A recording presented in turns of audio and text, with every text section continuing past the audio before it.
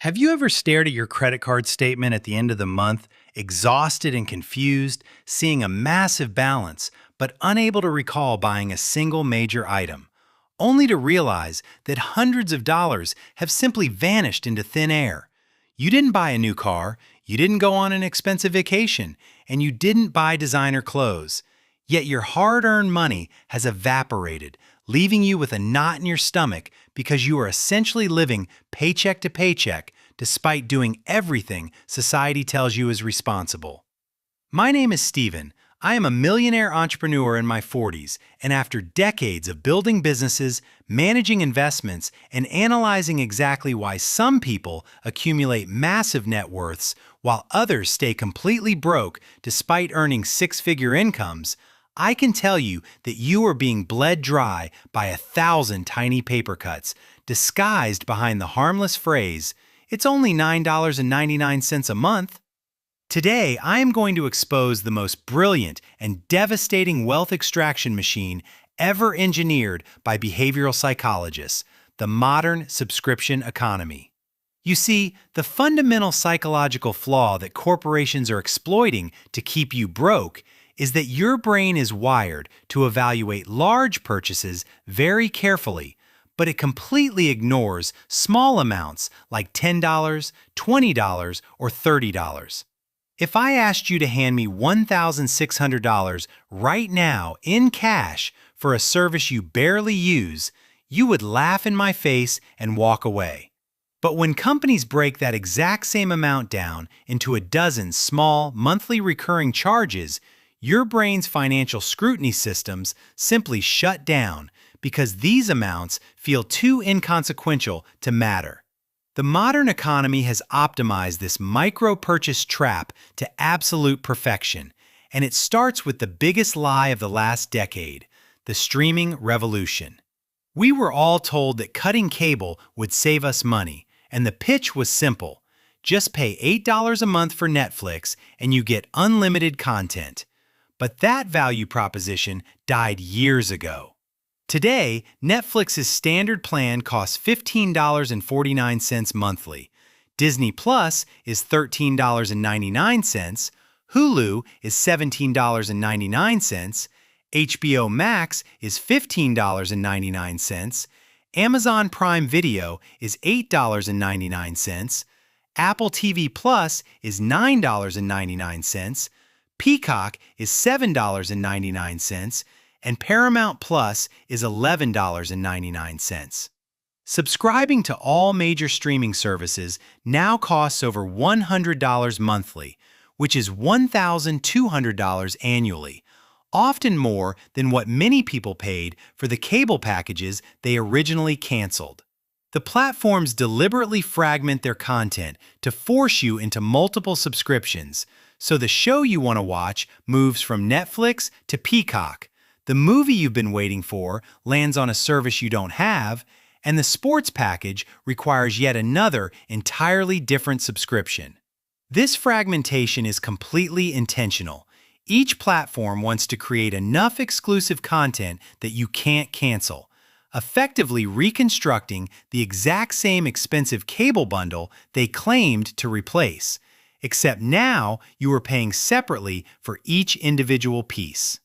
As a result, the average American household now subscribes to 4.5 different streaming services, spending approximately $60 to $75 every single month just watching screens.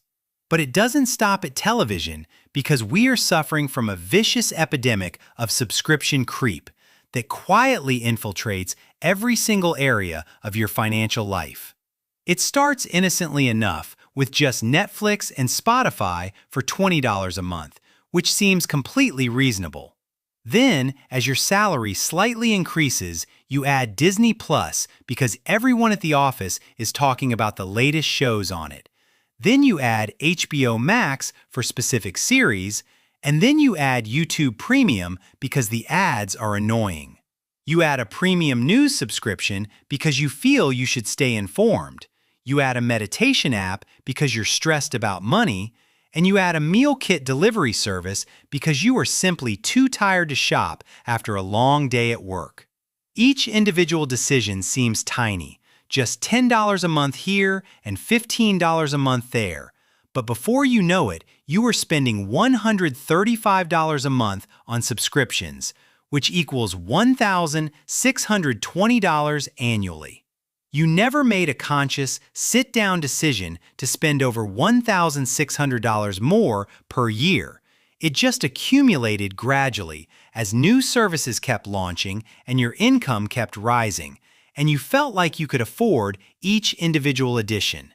This is lifestyle creep in its purest, most insidious form, and it is the exact reason why there is a massive, growing demographic of people earning $120,000, $150,000, or even $200,000 a year who are what I call quietly broke. When your income increases, your expenses expand to perfectly match it, a phenomenon known as Parkinson's law applied to personal finance, and these subscriptions create a permanently higher baseline.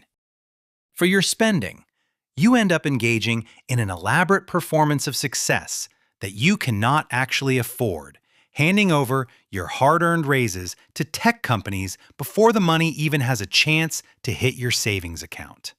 Then we have the absolute worst offender in this entire ecosystem, the subscription box industry, which has exploded from a quirky novelty into a massive $32 billion market.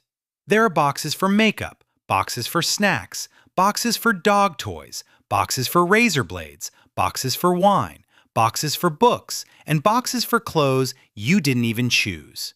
These companies are exploiting a very simple psychological principle.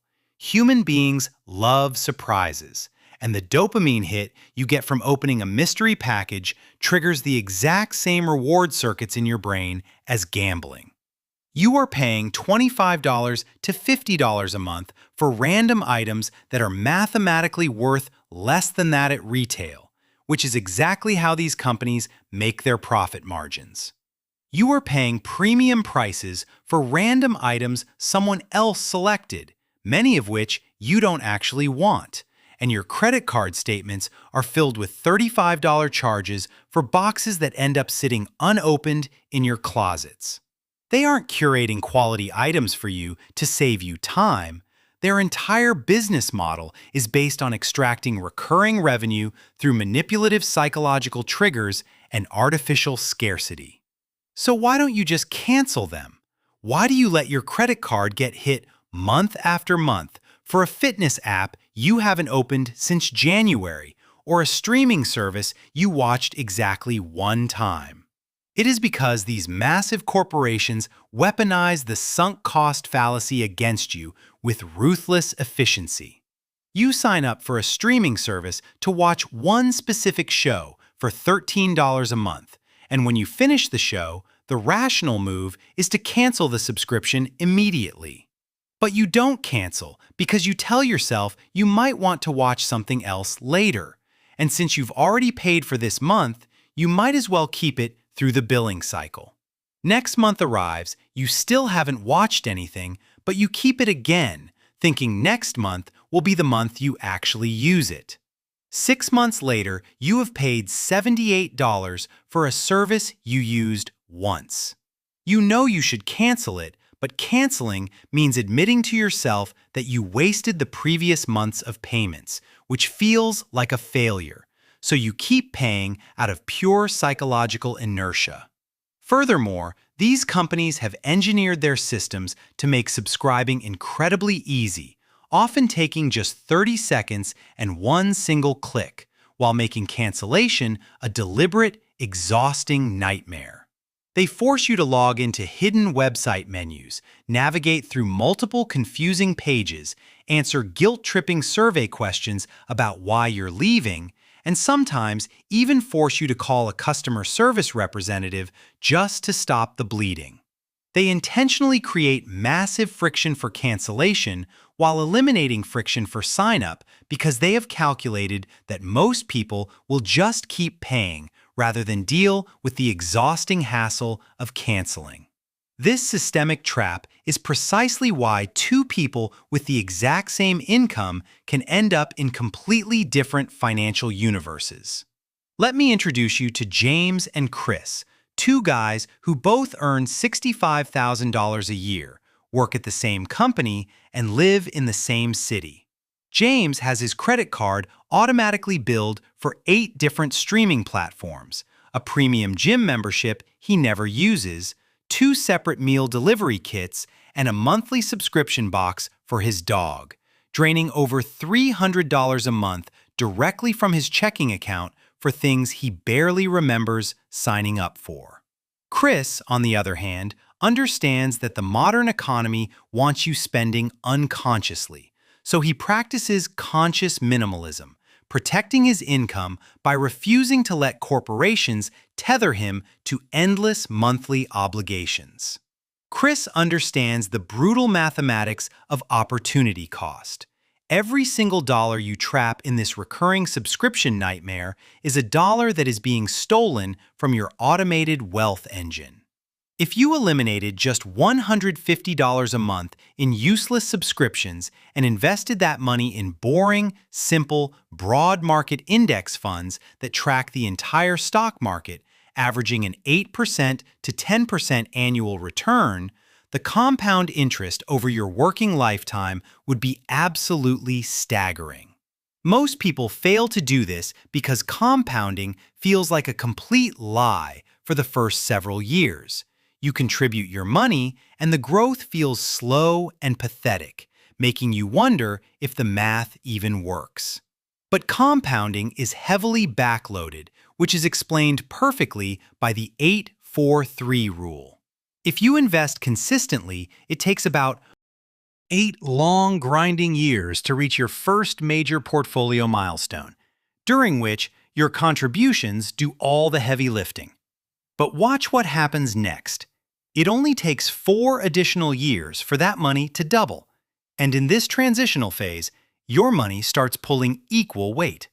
Then it takes just 3 more years for it to double again, meaning in those final 3 years, your portfolio generates more wealth than it did in the entire first 8 years combined. By refusing to cancel that $15 streaming service or that $40 subscription box, you are literally actively choosing to miss out on the explosive acceleration phase of the 8-4-3 rule, trading hundreds of thousands of dollars of future financial optionality for a fleeting dopamine hit that wears off before the package even arrives at your door.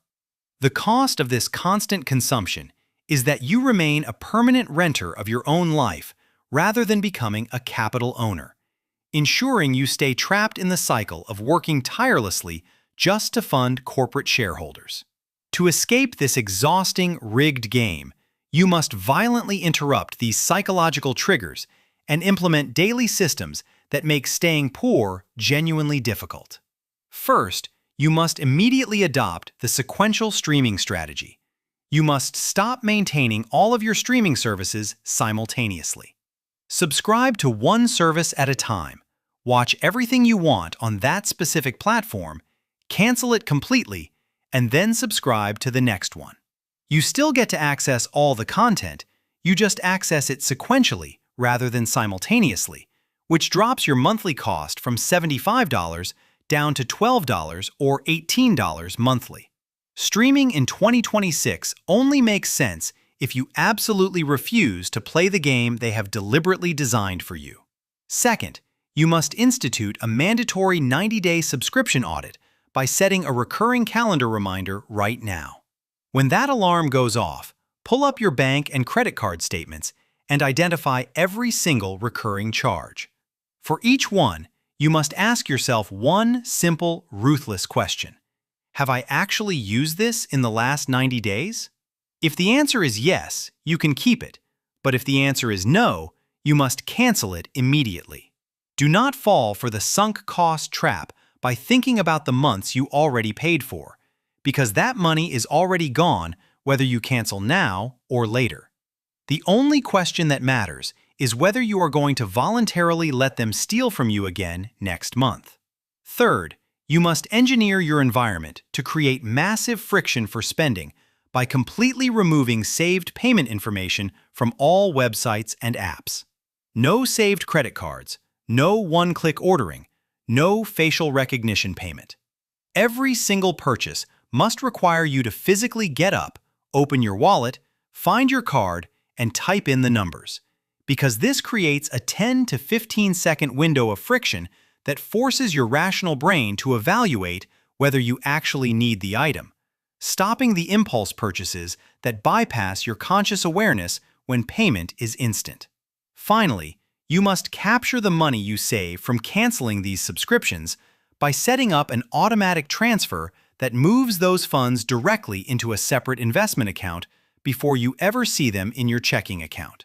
If you leave the saved money in your checking account, your brain will view it as available funds, and you will slowly spend it on slightly elevated lifestyle choices, putting you right back where you started. By automating the transfer, you are capturing wealth first thing each day before the marketing algorithms and scarcity timers have a chance to tempt you. The ultimate goal here is not to deprive yourself of entertainment or force you to live miserably.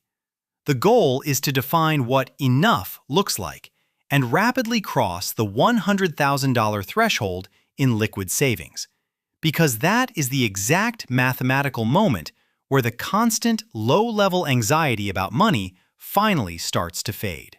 When you stop bleeding your salary out through 1,000 tiny $9.99 subscription cuts, you can build a massive emergency fund in a high-yield savings account and aggressively buy index funds, shifting your life from a state of constant financial defense into powerful financial offense.